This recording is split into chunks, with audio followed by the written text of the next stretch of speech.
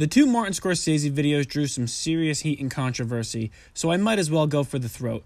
I was once told that very few people take a stand in this world. Now, I could be a sellout and give this movie praise and acclaim, and you would all love me and agree, and this video would get likes and views galore, but that's not gonna happen, so sit back, relax, and get ready to hear an offer you can't refuse. Now, at this point, I know that all of my credibility as a movie reviewer will be torn to shreds after taking on this film. The dislikes on this video will pile up before most even actually watch it. The comments will be full of nasty, just brutal insults, because people truly get insulted if you criticize their favorite movies. And with that in mind, just remember this. I am merely offering an opinion, General. Please do not feel constrained to accept it. So if there was ever a time to not go through with this, it would be now. But that's not going to stop me. Before I go down this road, I need to say this.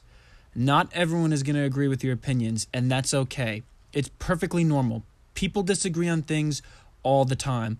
But if you're one of those people who get angry or take it personal, if someone doesn't think the same as you, then I'm sorry, but you have some serious ego issues. Like I mentioned earlier, I could pander to the movie-loving audience and go along with what they say, but that's the antithesis of what being a movie critic is all about. Even though I'm a small-timer and I'm very insignificant, I do not agree, nor will I ever agree with the big-time movie critics organizations such as AFI or Rotten Tomatoes. So I'm going in.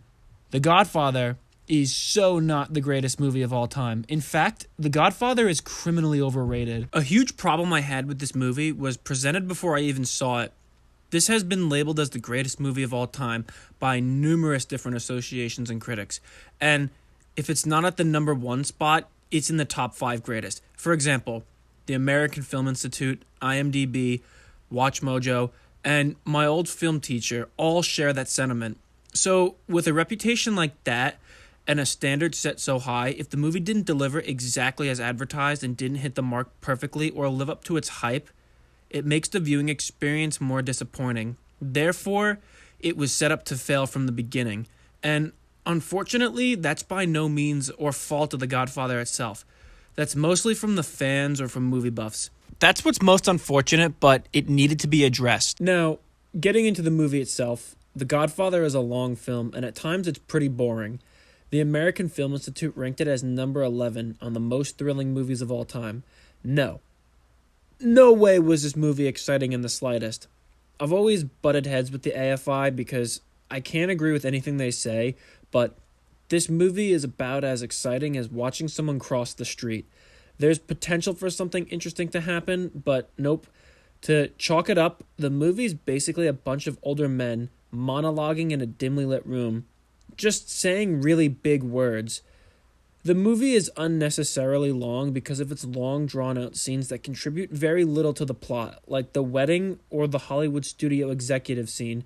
Now, you could argue those scenes were used to establish the characters and to showcase their personalities and abilities, but I personally think those weren't done properly. Especially the opening scene. I really didn't like it that much, and as far as its contribution to the plot, it seems like it was only added so that the Don could go somewhere to have Sonny's body properly treated and fixed for his funeral. The film did have some interesting exposition, and certain scenes were very enjoyable, but up until the point where Michael shoots McCluskey and Salonzo, the movie starts to drag on and become dry and lame. It's just painfully slow at times, and I don't see the point. Some scenes just don't go anywhere, and certain characters are throwaway characters, like Johnny Fontaine and Mo Green. These kinds of characters had big intros and whatnot, but we only see them like twice. Even if you can't agree with anything I just said, at least you can't deny this. This movie is so inaccurate in portraying the mafia. The word mafia wasn't even said at all in the movie. In fact, I know the mob had a direct influence over making this film, and the script was supervised by them. Mafia men in real life were not at all concerned about honor, class, or integrity. They're criminals, for God's sake. They tried to portray these scumbags as noble heroes or chivalrous gentlemen, and that really annoyed me. I know that the mafia has some code of conduct, but this was ridiculous. Besides from the murder and family war, I'm not even really sure what the Corleone family actually does. It's just really confusing. Marlon Brando. Let's talk about the big man on campus. I'm not going to say his performance was bad or anything, but he wasn't in the movie that much, and it doesn't seem like the main focus of the film was about him. It's more about the family. which is fine, but having it being called The Godfather just seems strange, considering how we don't see the Don doing much with his screen time. Also, some of the most iconic characters were not really utilized as much as they should be, like Luca Brasi. He was probably the most interesting character in my opinion, and I loved how they introduced him. He's the Corleone family's muscle and top enforcer. He's only loyal and afraid of the Don, but on his first mission he's taken out, and we don't really get to see him at his meanest or cold-bloodedness. That really disappointed me, but I did like his death scene. It was done very well. Jumping to another topic, the music composed for this film was really enjoyable, and it helped set the mood almost perfectly for the scenes, but there were times it was too overbearing, namely when the Don gets shot in the back and when Mike gets his first kill.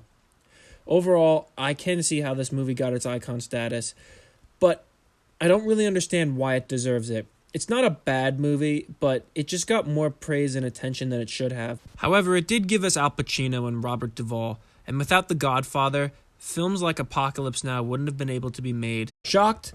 Well, the title of the segment is Unpopular Opinion, so what'd you expect? I'm pretty sure you guys are wondering one thing right now. Do you sincerely believe all the things you've just said? And the answer is absolutely. There are some aspects of the film I did enjoy. I did like the direction. I did like the visual mood of the movie, and the cinematography was really good. Also, Robert Duvall's performance was really good. Same with John Cazale.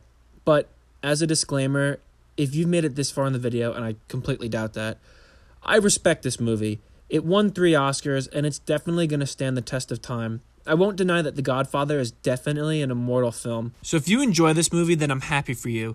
And I mean it. Like I said about Martin Scorsese movies, I don't hate this, and I do respect the film, but my overall attitude is I don't think it deserves the praise and acclaim it got. Latitude is one thing, insubordination another. Yeah. Anyway, my attitude towards the film is I'd prefer not to watch it, but if I'm having a party or need some background noise while vacuuming the basement, then I'd tune into it. But when people say it's the best movie ever... You want me to agree with you and you want me to say, yeah, you're right, but I won't. I won't say that. I don't agree with you. I do not. Well, friends, if I have any left after this, there you have it.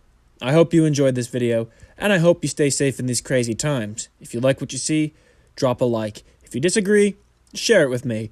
Like and subscribe, and I'll see you on the next Unpopular Opinion.